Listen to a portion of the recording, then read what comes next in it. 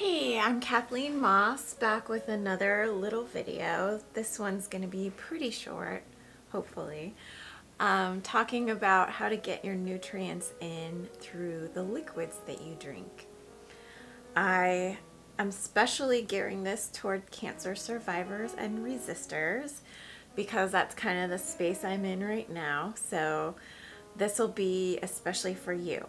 And I just have a few tips. I'm not going to go crazy and give you too much information.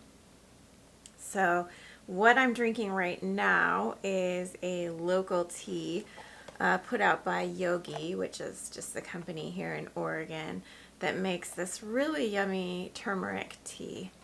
I really like this one because turmeric is boosted by some other herbs, and it's hard to get all of them together for whatever reason. It's hard to find products and pills that have all of them in together, but this is mainly turmeric. It has, for one bag, it has 750 milligrams, which is quite a lot.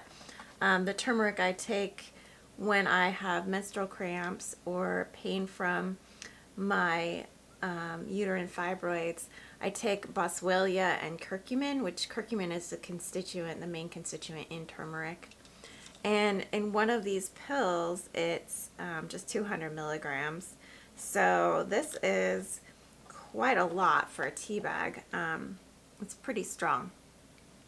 So the other things that it has in it are cinnamon bark, ginger root, cardamom, stevia, which makes it a little sweet, which is nice, clove, and black pepper. Black pepper is the most important, and ginger as well.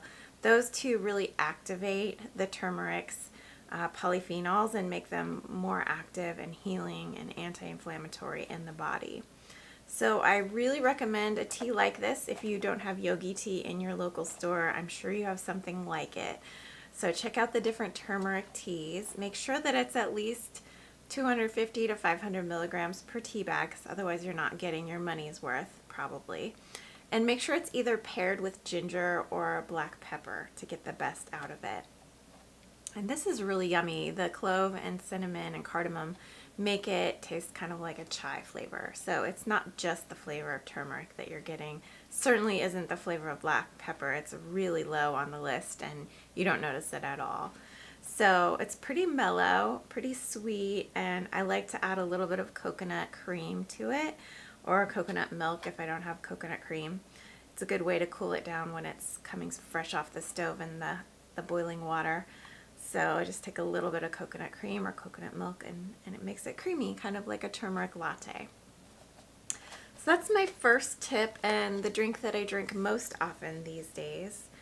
The other tea that you probably have heard of for cancer is just green tea. And the trick with green tea is that it's often grown in China or India. And in China and India, they have very, very poor soils with a lot of toxic chemicals and toxic heavy metals. So I always buy my green tea or matcha products from Japan. Make sure that they are sourced in Japan, not just sold from Japan, but actually grown in Japan. So green tea has special polyphenols in the plant which feed bacteria in our gut, which activate factors that are cancer-fighting factors in our body.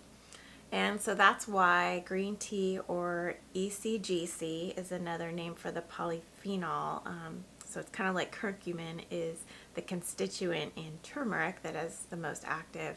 EGCG is the constituent in the green tea that is most active.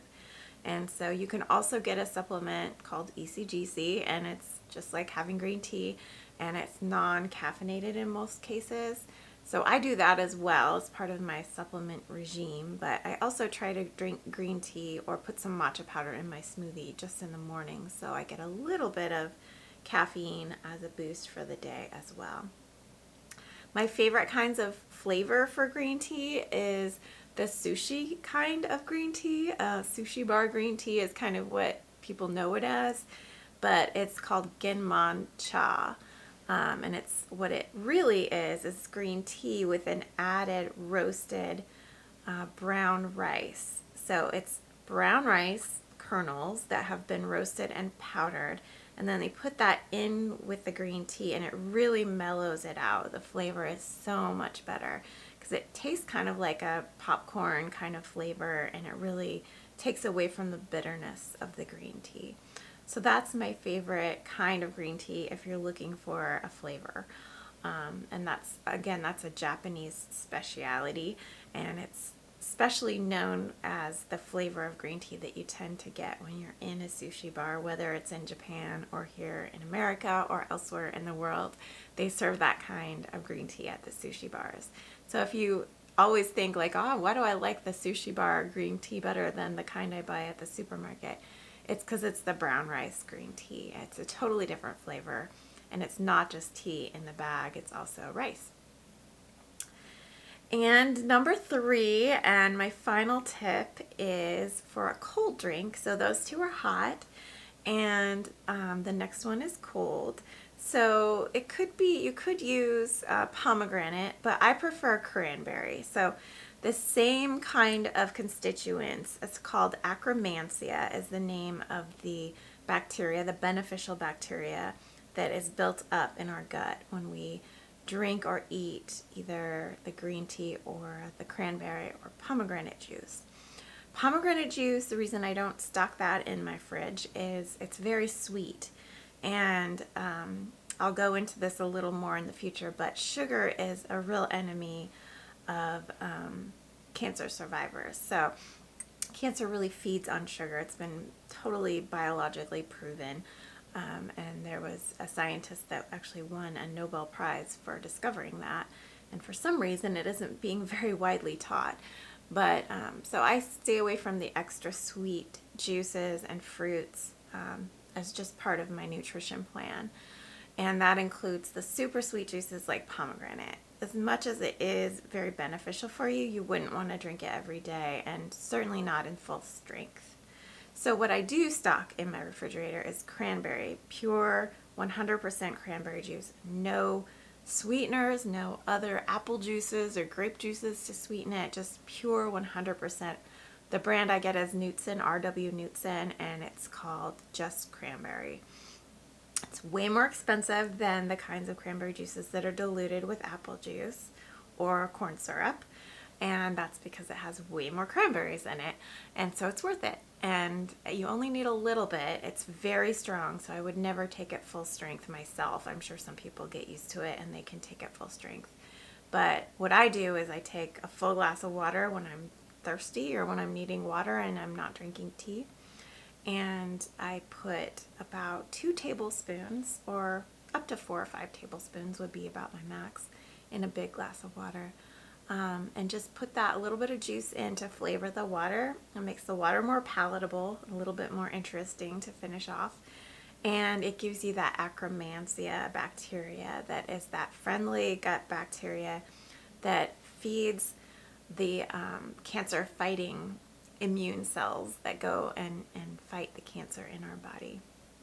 So we're still learning so much about the microbiome and the different kinds of bacteria that live within us. We have very negative bacteria and we have very positive bacteria within us. And those of us who eat lots of probiotic foods and prebiotic foods, we will be winning the battle with the good bacteria. And Akkermansia is one of the good bacteria, and we need it to fight cancer. And so we can feed it with either green tea, EGCG, or pomegranate or cranberry.